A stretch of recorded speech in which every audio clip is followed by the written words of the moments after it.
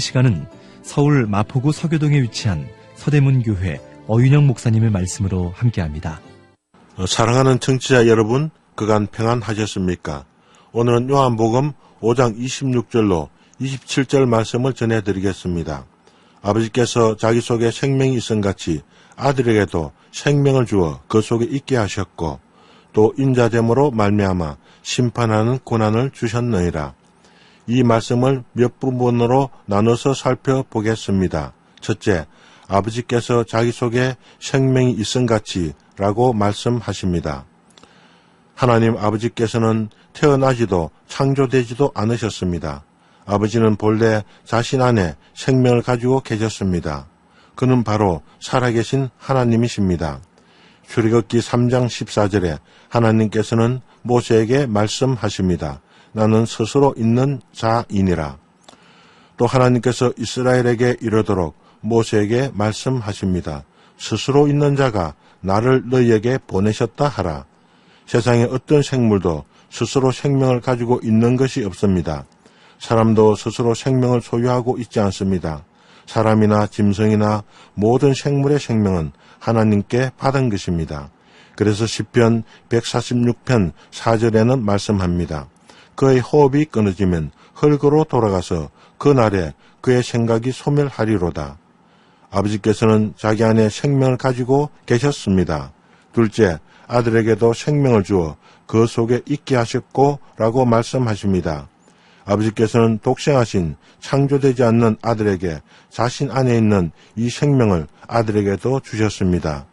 아버지의 생명이 아들 안에도 있게 하셨습니다. 태초의 말씀과 하나님은 함께 계셨습니다. 이 말씀은 만물을 지으셨습니다. 그 안에 생명이 있었습니다. 그 말씀 안에 생명이 있었습니다. 이 생명은 영원한 생명입니다. 이 생명은 예수님이 성육신 하시기 전 영원부터 계셨던 생명입니다. 요한일서 1장 2절에 요한은 증거합니다. 이 생명이 나타내신 바 된지라. 이 영원한 생명을 우리가 보았고 증거하여 너희에게 전하노니 이는 아버지와 함께 계시다가 우리에게 나타내신 바 된 자니라. 아버지께서는 자기에게 있는 생명을 아들에게 주셨습니다. 예수님이 사람의 몸을 입고 오심을 통하여 이 영원한 생명이 이해될 수 있는 사람의 말로 나타나신 바 되었습니다. 그러므로 사도들은 이 영원한 생명을 보았습니다. 사도 요한과 그의 친구들은 그들이 본 영원한 생명을 증거합니다. 이 영원한 생명은 하나님 아버지와 함께 계시다가 성육신 하셔서 예수님이 되셨습니다. 셋째, 또 인자됨으로 말미암아 심판하는 권세를 주셨느니라. 선지자 다니엘은 환상 중에 인자, 즉 사람의 아들 같은 일을 보았습니다. 이것은 성육신 하시기 전에 천상에 계신 예수님의 모습입니다. 예수님은 성육신 하시기 전에 사람의 아들의 모습으로 계셨습니다. 다니엘서 7장 13절로 14절에는 말씀합니다. 내가 또 밤 환상 중에 보니 인자 같은 이가 하늘 구름을 타고 와서 옛적부터 항상 계신 이에게 나아가 그 앞으로 인도되매 그에게 근시와 영광과 나라를 주고 모든 백성과 나라들과 다른 언어를 말하는 모든 자들이 그를 섬기게 하였으니 그의 권세는 소멸되지 아니하는 영원한 권세요 그의 나라는 멸망하지 아니할 것이니라. 그 아들은 하나님 아버지께로부터 권세와 영광과 나라를 받았습니다. 세상의 모든 나라들과 모든 자들이 그를 섬기게 됩니다. 그의 권세는 소멸되지 않습니다. 그의 권세는 영원합니다. 그의 나라는 멸망하지 않습니다. 이것은 하나님의 경륜입니다. 아버지께서는 아들에게 영원한 생명을 주시고 만물을 다스리게 하셨습니다. 아들은 사람들에게 생명을 주실 권세도 있고 심판할 권세도 있습니다.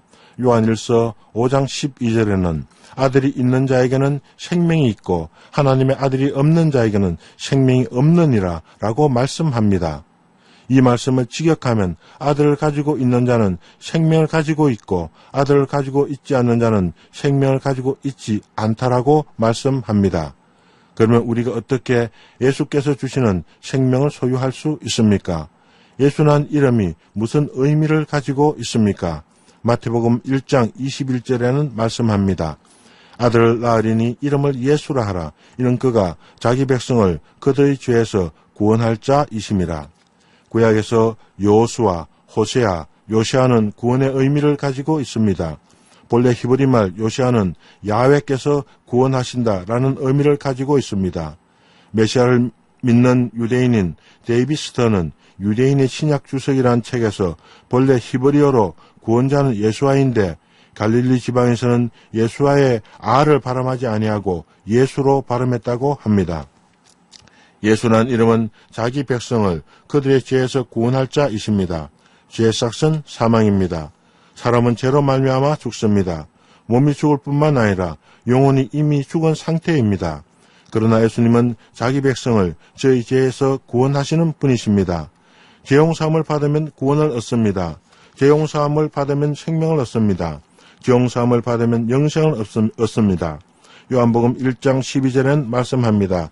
영접하는 자, 곧 그 이름을 믿는 자들에게는 하나님의 자녀가 되는 권세를 주셨으니 영접하는 자에게는 하나님의 자녀가 되는 권세를 주셨습니다. 영접한단 말은 그 이름을 믿는 것입니다. 그 이름은 예수님입니다. 예수는 구원자이십니다. 구원자는 죄를 용서하십니다. 이사야 선지자는 이사야서 3장 17절에 말씀합니다. 주께서 내 영혼을 사랑하사 멸망의 구덩이에서 건지셨고 내 모든 죄를 주의 등 뒤에 던지셨나이다. 예수님은 우리의 영혼을 사랑하십니다.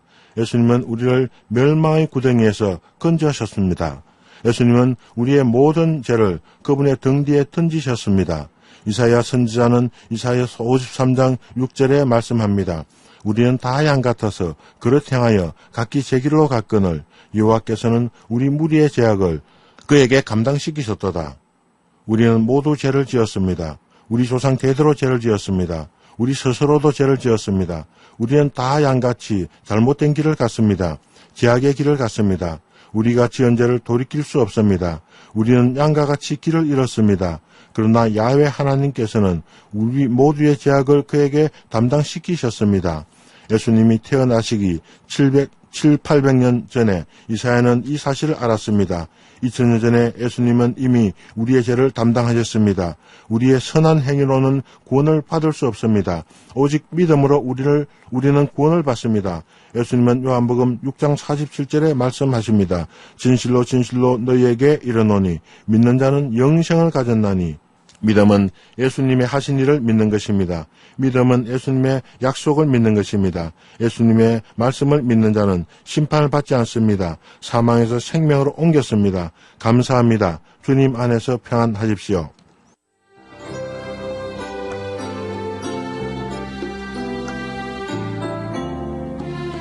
지금까지 서울 마포구 서교동에 위치한 서대문교회 어윤영 목사님의 말씀으로 함께했습니다.